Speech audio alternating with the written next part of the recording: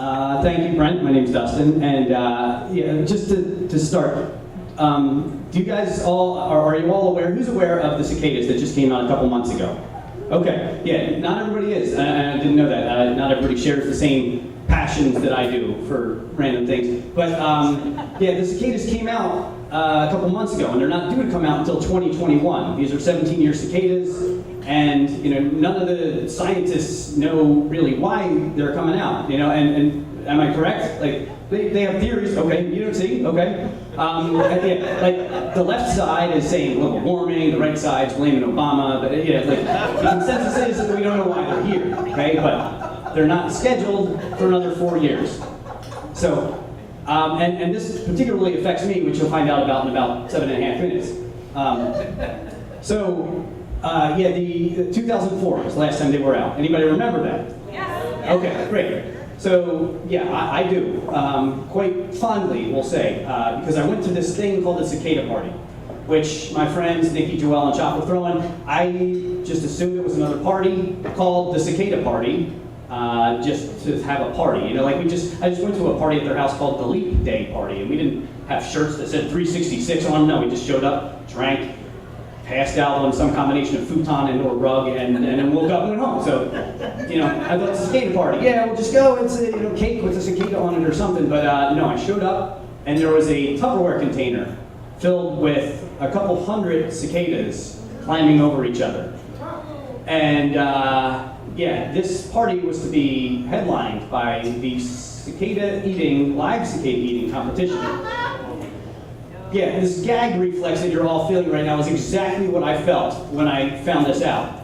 And, but I wasn't there to eat cicadas, and we didn't have to. So, anyway, and not only were there live cicadas, but there were chocolate-covered cicadas, and cicadas in Old Bay, and cicadas in taco meat with shells and guacamole. It was, yeah, enough to me. Yeah, really, I'm not offended if anybody is leaving the room right now for 6 minutes. So, yeah, I'm like, there's no way I'm going to do it. I don't need to impress anybody. I'm not doing that, and there's a poster board where you can sign your name if you try these different things. And something else that was going on in 2004 that not a lot of you know about is that I turned 29. So. Now, as everybody knows, once you turn 30, you become instantly invisible to college girls. So, and I worked at a college, so that's like 90 to 99% of my dating demographic. And here I am, like I have precious months left to nail something down or to figure something out or whatever, or at least sail the seas, But and so I'm panicking. And all this is to say that I am struggling, let's say, with a little bit of my own self-worth at the time. That'll give you a little insight into me. So, I'm staring at this poster board, and almost as if out of my own mind, I manifested this girl standing right next to me that just looked at the poster board and said, "Why not?" And not only was she the most beautiful girl I'd ever seen, but she did this thing that I found out later is called paying attention to me. She would look in my eyes when I talked. She would ask me follow-up questions about the dumb shit I said. It was amazing. It was like a drug. It was otherworldly.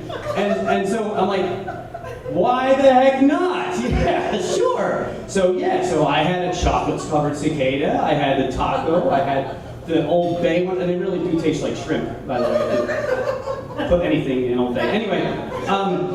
And underneath that was the thing for where you could sign up to be a part of the live eating competition.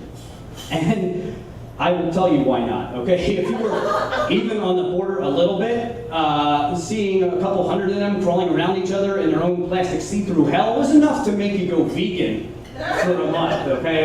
Anyway, so there's no way I was doing that, okay? Sorry, pretty girl. And then I played beer pong. And then I played flip cup.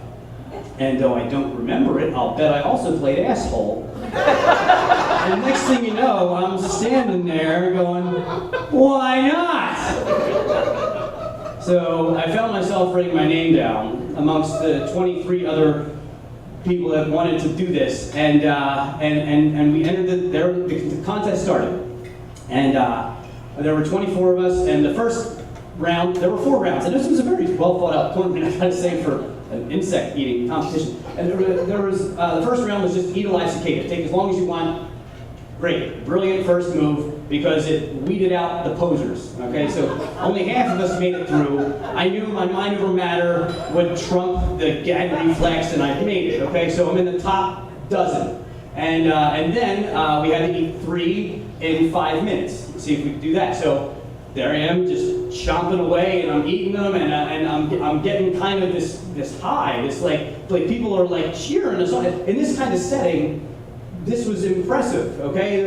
I realized later this was not met with the same reverie to my buddies at work, who, had to go to the bathroom because he was sweating so much. Anyway, so I'm eating these things, and people are rooting me on, and I get through to the next round. Now there's only 6 of us left in the 3rd round, and now we're competing against each other. I have to finish in the top 2 to get to the finals. And so I'm possessed at this point, and I have the best cut man in the business, okay? He's handing me cicadas. He's a brown belt in Aikido, and he knows that if you pinch their wings together, it's like a submission move. You can't do it. So he's handing me stuff. He's wiping my brow. I'm eating them. And then just as I'm about to finish in the top 2, Joelle punches me in the throat. And I'm like, oh, and I gag, and I'm like, what is that? And so Steve, thankfully, there is obviously a judge in a cicada eating competition. Steve, not only is he a cicada eating competition judge, he's also UMBC's 2002 class valedictorian, so we got one of the best.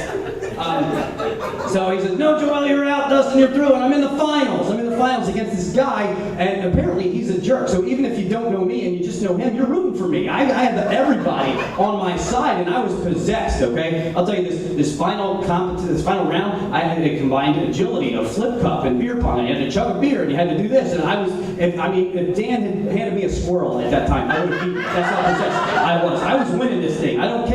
Okay, so boom, there I go. I do this, and then I finish, and it's time, and he comes out, and I'm a second ahead of the jerk guy, as it turns out, and I win this cicada eating competition. And I can't believe, I know, all of you people that were gagging, you're all proud of me now, right? Yeah, it's weird, the transition that happened. And so I'm proud, I'm high-fiving everybody. I turn to look at that girl that I already started dating in my very unhealthy mind, and there she is, on the phone with her boyfriend.